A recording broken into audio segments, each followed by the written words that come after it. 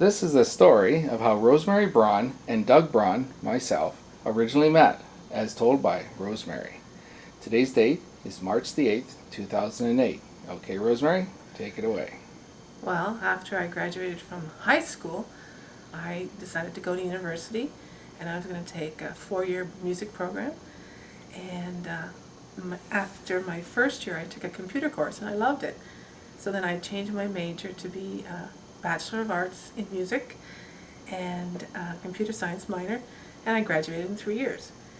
And then I looked for a job, and it was hard to find a job in programming when you hadn't done any programming. And so I got a job at Equitable Life in 1984, and I worked in the group pension department for 2 years. And then after 2 years, I transferred into the information technology area, which is where I wanted to be originally. And I got a job as a programmer there. And during that time, Doug also worked at Equitable, and he was like, what, a manager of, do you remember what you were a manager of the? 84, 86. Supervisor, probably manager of something, technical services or Right, technical support services or yeah. something. Yeah. And so I got to know him because the department wasn't that large, and we'd had social events, and so I casually just got to know him. And then I think it was in 1988, we were both working there, and it was a Friday night, and at that time, PCs were not on every desk. Hard to believe, but they weren't. And so everyone just had a terminal on their desk which hooked into the mainframe. So if you needed to do word processing, you'd have to go over to this area where there was about, I don't know, a few PCs, and then you could use word processing, but you had to share with everyone else in the department.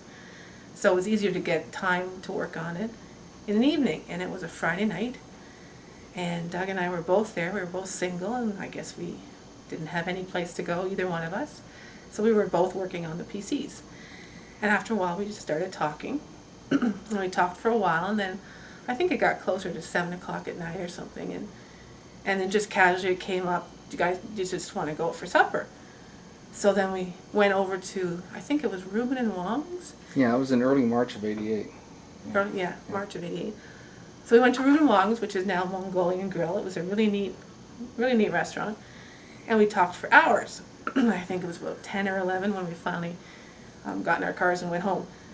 And so then after that, we talked a little bit at work, but there wasn't much happening. And then about 10 days later, I think we just casually talked again, and we decided to go out again.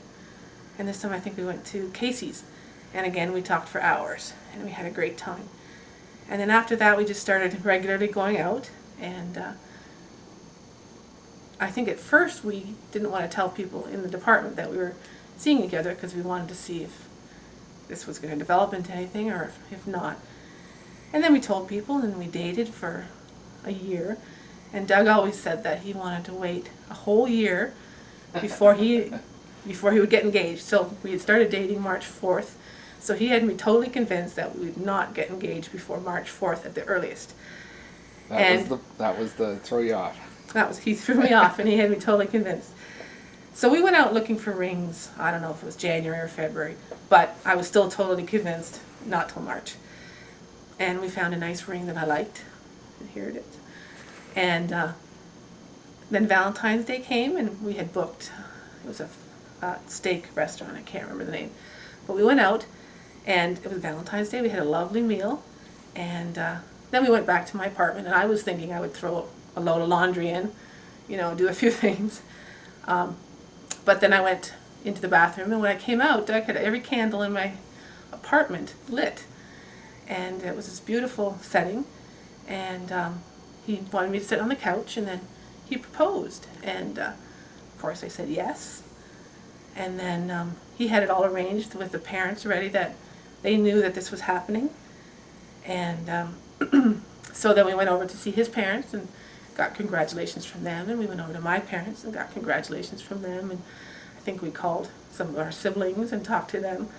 And so it was a whole evening, and it was just, I was totally unprepared because I thought it wouldn't be till March. So that was a nice surprise. And then we decided to get married in October because summer is very busy for Braun's bicycle shop, and we didn't want to get married in September because that's when my dad went back to school and it would be busy for him. So we picked October, And yeah, and then we prepared all summer. We did a lot of work to get the wedding ready, and it was fun. And then we got married on October 21st, 1989.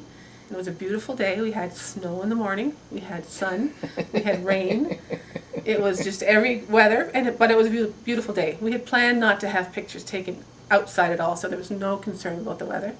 We had all the pictures taken inside. And we had a wedding of about 200. It was at Rockaway Mennonite School, and it was catered, and it was a great meal, and it was a lovely day. And after the wedding, we went, Roger and Esther, Doug's brother and sister-in-law, took us to Toronto. We stayed in a hotel that night, and then we had to get up really early and catch an 8 a.m. flight to Barbados, where we stayed for a week. And on the plane we were separated by an aisle, which was silly on our honeymoon, but somebody moved so we could sit together. And we had a great week in Barbados. It was beautiful weather. We did swimming, we did touring. It was just a wonderful week, and we came home, and we had another week off from work, and we just relaxed. And then that's the end of the wedding story, I think. Is there anything else? Wow, you remembered a lot of detail. No, that's everything I can remember. Yeah, so we had a great wedding, and it's been great 18 years. So, yeah, I don't think there's anything else I can remember. Okay, well, there's the doorbell, so I guess we'll call this snap done. Thank you.